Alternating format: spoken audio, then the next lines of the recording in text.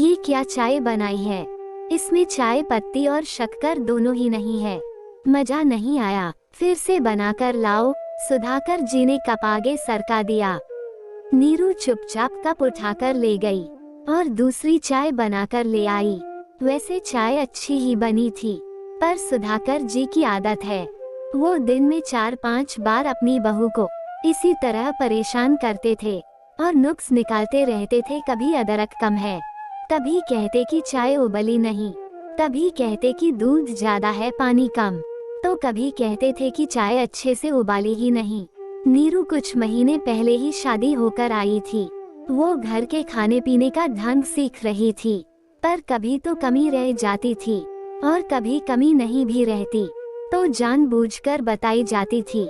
सिर्फ सुधाकर जी का ही नहीं, सबका यही हाल रहता है। घर में सास ससुर हो या देवर नंद, सबको नीरू से शिकायत ही रहती है। नीरू अपने मायके बड़े ही लाड़ प्यार से पत्नी थी। माँ ने अच्छे संस्कार के साथ घर गृहस्थी चलाने के भी गुण सिखाए थे, पर ससुराल में मायके की कहाँ चलती है। यहाँ तो ससुराल वालों के हिसाब से ही चलना होता है, फिर से सब कुछ नया सीखना होता है। नीरू पढ़ाई में सामान्य थी। पढ़ाई पूरी होने के बाद मायके वालों ने मनोज के साथ शादी कर दी। नीरू को बुके बनाने का बड़ा शौक था। वो सुंदर फूलों से बुके बनाया करती थी। उसकी ये कला पहले तो सबको पसंद आई थी, पर बाद में उसे घर गृहस्थी के कामों में ऐसा झोंक दिया कि वो कभी समय ही नहीं निकाल पाए। वो अपने शौक को जैसे भूल ही गई थी। ससुराल वालों का कहना था कि बहू को सिर्फ खाना बनाना और घर संभालना ही आना चाहिए। नीरू ने कुछ समय के लिए अपने शौक को छोड़ दिया ताकि वो घर परिवार में अच्छे से रम सके। वो हर संभव कोशिश कर ही रही थी। एक दिन उसकी सास उर्मिला जी ने अपने घर पर किटी रखी और नीरू को क्या बनाना है उसकी लिस्ट थमा दी। नीरू ने अपने हिसाब से जो अच्छा आता था बना दिया और कुछ YouTube से देखकर बना दिया। पहली बार 15-16 लोगों के लिए इतना खाना बनाया था। उर्मिला जी से पूछा खाना कितना बनाऊं, पर उर्मिला जी ने उसको बताया ही नहीं। उसने अपनी मम्मी से पूछती, पर वो भी अपने मायके अपनी मम्मी की तबीयत पूछने गई थी, जो कि अस्पताल में भर्ती थी। नीरू ने अपने हिसाब से सब बना दिया, पर छोले कम पड़ गए और बहुत ही ज्यादा तीखे हो गए। पूरी का आटा बहुत ज्यादा हो गया, रायता जल्दी ही खत्म हो गया और सूखी सब्जी में तेल बहुत ज्यादा हो गया। खीर पतली हो गई, सारे खाने में स्वाद भी कम था। किसी में मसाला ज्यादा हो गया, किसी में कम हो गया। ये देखकर उर्मिला जी का पारा चढ़ गया और वो नीरू पर गुस्सा हो गई। तेरी माँ ने कुछ सिखाया है भी नहीं, तूने ढंग से खाना बनाना तक नहीं आता। बहू तो वही सुलक्षणा होती है जो रसोई अच्छे से संभाल ले। ना खाने में स्वाद है, ना ही मात्रा का अंदाजा है। शोर सुनकर उर्मिला जी की कुछ सहेलियां रसोई में आ गई, तो उन्होंने यही कहा कि मेरी बहू को तो कुछ नहीं आता है, और सिर पीटने लगी। सबने समझाया और जैसे तैसे किटी हो गई। सब लोग वापस चली गई। नीरू थोड़ी सी सहम सी गई थी। उसने पहली बार इतनी सारी रसोई बनाई, पर अंदाजा नहीं लगा पाई कि कितना बनाना है। रात को मनोज को बोली तो उसने एक टूक जवाब दिया, ये रसोई और खाने की बातें मुझसे मत किया करो। मम्मी और तुम जानो, ये तुम सास और बहू के बीच की बात है, इसमें मुझको मत घसीटो। मनोज करवट लेकर सो गया। आज नीरू को बहुत बुरा लग रहा था। उसके अपने पति को उसकी तकलीफ और आत्मा सम्मान की जरा भी फिक्र नहीं थी। उसकी दिनचर्या ऐसे ही चल रही थी। एक दिन उसकी नंद शुभी बोलती है, जो उसकी हमउम्र ही थी, भाभी आज मेरी सहेलियां लंच पर आ रही है, आप चाइनीज बना लेना। लेकिन मुझे चाइनीज उतना अच्छा बनाना नहीं आता है। नीरू ने तुरंत कहा। इस पर शुभी बोली, क्या भाभी आपको तो कुछ भी नहीं आता है, YouTube तो है, उससे देखकर बना लेना। सिर्फ 5 ही तो सहेलियां आ रही है, मैं कुछ इंडियन फूड बना दूं। पर शुभी ने सब दरकिनार करके चाइनीज खाना ही बनवाया। उसकी सहेलियां खाना खाते हुए बहुत हंस रही थी। यार, इससे अच्छा तो कॉलेज के बाहर जो टपरी लगाकर बेचता है वही खा लेते। बेकार ही मुंह का स्वाद खराब कर लिया। शुभी फिर गुस्सा होकर बोली, क्या भाभी, आपको तो कुछ भी ढंग से नहीं आता है। अपनी सहेलियों के सामने शुभी ने नीरू को अपमानित कर दिया। नीरू मन महसूस कर रह गई। ये क्या जरूरी है कि हर चीज बनानी ही आए। बहू हूँ तो क्या हुआ, मशीन थोड़ी हूँ, जो कहो वो हाजिर कर दूँ। फिर अभी शादी हुई है, इतना रसोई का काम किया ही नहीं तो एकदम से कैसे आएगा। पर किससे कहती, इसलिए चुप हो गई। नीरू को काम सब आता था, लेकिन उसने पाई के कारण काम इतना किया नहीं था और आदत भी नहीं थी। अब सासू माँ को तो सालों की गृहस्थी का अनुभव था, पर उसकी शादी को तो कुछ ही महीने हुए हैं, तो वो कैसे सबकी अपेक्षाओं पर खरी उतरती। मनोज तो उसके दिल का हाल जरा भी नहीं सुनता था। वो घर से ऑफिस और ऑफिस से घर ही आता जाता था। वो नीरू की भावनाओं को जरा भी नहीं समझता था। नीरू ने मनोज से कहा कि वो बुके का काम फिर से शुरू करना चाहती है। उसे फूलों और प्रकृति से बहुत प्यार है। फूलों की खुशबू और फूलों के रंग उसे अपनी तरफ खींचते हैं। वो ज्यादा दिनों तक अपने शौक से दूर नहीं रह पाएंगी।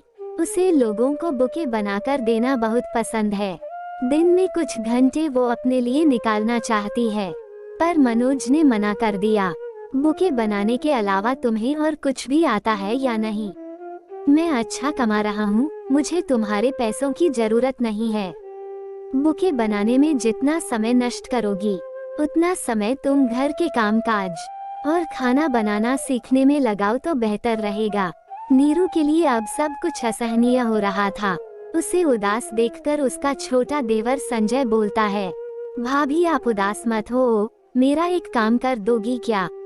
कल मुझे ऑफिस से आने में देर हो जाएगी, तो आप ये पार्सल मेरे दोस्त को देकर आ जाओगी। कल उसका बर्थडे है और मैं उसे सरप्राइज देना चाहता हूँ।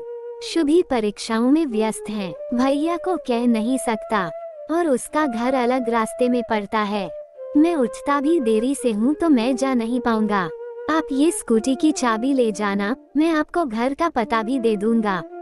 ये कहकर संजय ने गिफ्ट दे दिया। लेकिन मुझे स्कूटी चलाना नहीं आता है, मैंने कभी स्कूटी नहीं चलाई।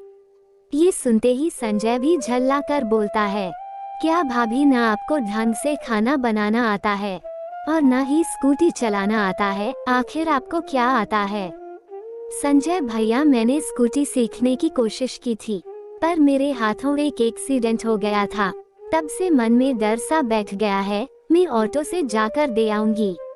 नीरू ने कहा, नहीं आप रहने ही दो, मैं कोई दूसरा इंतजाम कर लूंगा।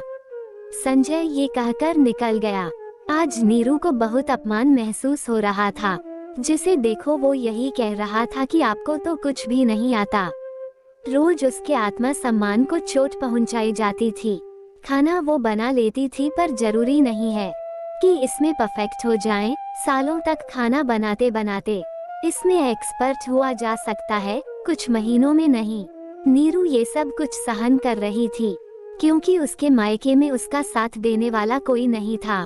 वो 4 बहनें थी और बेटी को वो लोग बोझ मानते थे। उससे छोटी 3 बहनों की अभी शादी करनी बाकी थी।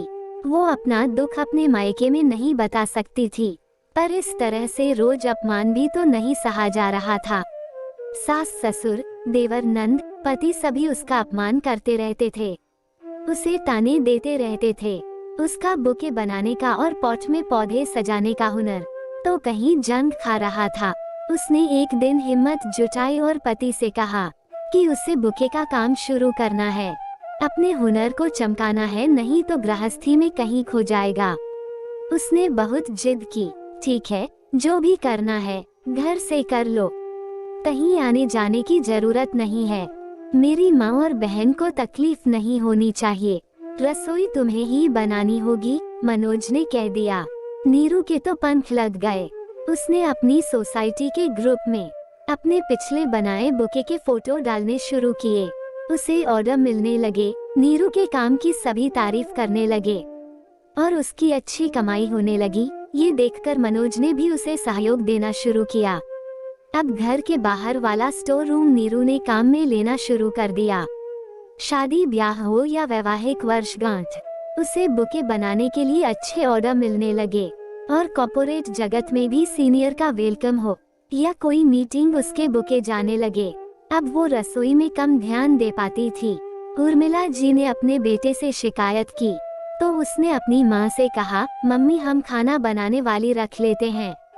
नीरू तो अब व्यस्त रहने लगी है और अच्छा भी कमाने लगी है, तो हमें भी सहयोग करना चाहिए। नीरू खाना बनाएगी तो बुके के ऑर्डर पूरे नहीं कर पाएगी। अपने बेटे के मुंह से ये बात सुनकर उर्मिला जी दंग रह गई, पर जब पति पत्नी की तरफ बोले तो पत्नी को ससुराल वाले एक ताना भी नहीं दे सकते हैं। पति का साथ बहुत जरूरी है। अब नीरू का आत्मविश्वास और भी बढ़ने लगा था। घर का स्टोर रूम माल और सामान के लिए छोटा पड़ने लगा। बाहर किराए की बड़ी सी दुकान ले ली और मदद के लिए 2-3 लड़कियों को रख लिया गया।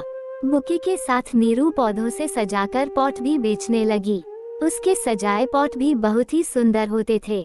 बड़ी बड़ी मीटिंग्स में उसके बनाए पॉट गिफ्ट किए जाने लगे। इसी के साथ वो पर्यावरण की रक्षा के लिए पेड़ भी लगाने लगी। शहर में पेड़ों को लेकर जागृति फैलाने लगी। उसके कार्यों को देखकर शहर में उसका सम्मान किया गया।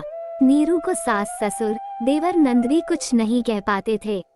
अब नीरू ने अपनी कमाई से कार खरीद ली और ड्राइविंग भी सीख ली।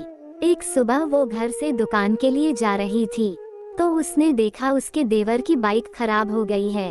तो उसने आवाज लगाई, संजय भैया आपको छोड़ दूं, मुझे स्कूटी तो नहीं पर कार चलाना जरूर आता है। ये सुनकर संजय शर्मिंदा हो गया और उसने नीरू से माफी मांग ली। नीरू ने अपनी सफलता के लिए अपनी नंद शुभी की सहेलियों को बुलाया और शहर के सबसे महंगे चाइनीज रेस्टोरेंट से चाइनीज फूड मंगवा कर खिलाया। तो सब तारीफ करने लगे और खूब धन्यवाद देकर गए। शुभी, मैं अच्छा चाइनीज फूड तो नहीं बना सकती हूँ, पर तुम्हें शहर के सबसे अच्छे और महंगे रेस्टोरेंट से मंगवा कर खिला सकती हो। तुमने अपनी सहेलियों के सामने मेरा अपमान किया था, पर मेरी माँ ने मुझे यही सिखाया है, कभी भी किसी को कुछ भी कहना हो, कोई भी शिकायत या कमी की बात हो, उससे अकेले में कहो। किसी के भी आत्म सम्मान को चोट नहीं लगनी चाहिए, क्योंकि शरीर की चोट इंसान भूल सकता है, पर आत्मसम्मान पर लगी चोट कभी नहीं भूल पाता। शुभी, कोई भी इंसान परफेक्ट नहीं होता है, फिर बहू से ही ये उम्मीद क्यों करते हैं कि बहू हर काम में परफेक्ट हो, उसे सब तरह के काम आने चाहिए। शुभी की नजरें शर्म से झुक गई। भाभी, मुझे माफ कर दो। मुझे ये समझ में आ गया है कि हर इंसान हर काम में परफेक्ट नहीं हो सकता है। आपका हुनर अलग है, आपका शौक अलग है। आपको मौका दिया गया तो आपने उसमें ही परचम लहरा दिया। आज आप शहर की सबसे अच्छी बुके बनाने वाली हो गई हो। नीर की सफलता से अब सास ससुर भी खुश रहने लगे थे। बेटा बेटी तो नाम रोशन करते हैं, पर उनकी बहू ने तो अपने काम और हुनर से उनका ही नाम रोशन कर दिया है। नीरू अब खुश रहने लगी थी। एक बार मनोज ने मना कर दिया था, पर फिर उसने हिम्मत नहीं हारी, दोबारा मनोज को हाँ करना ही पड़ा। अपने काम के प्रति जुनून हो तो सब कुछ संभव है, सिर्फ करने की चाह होनी चाहिए।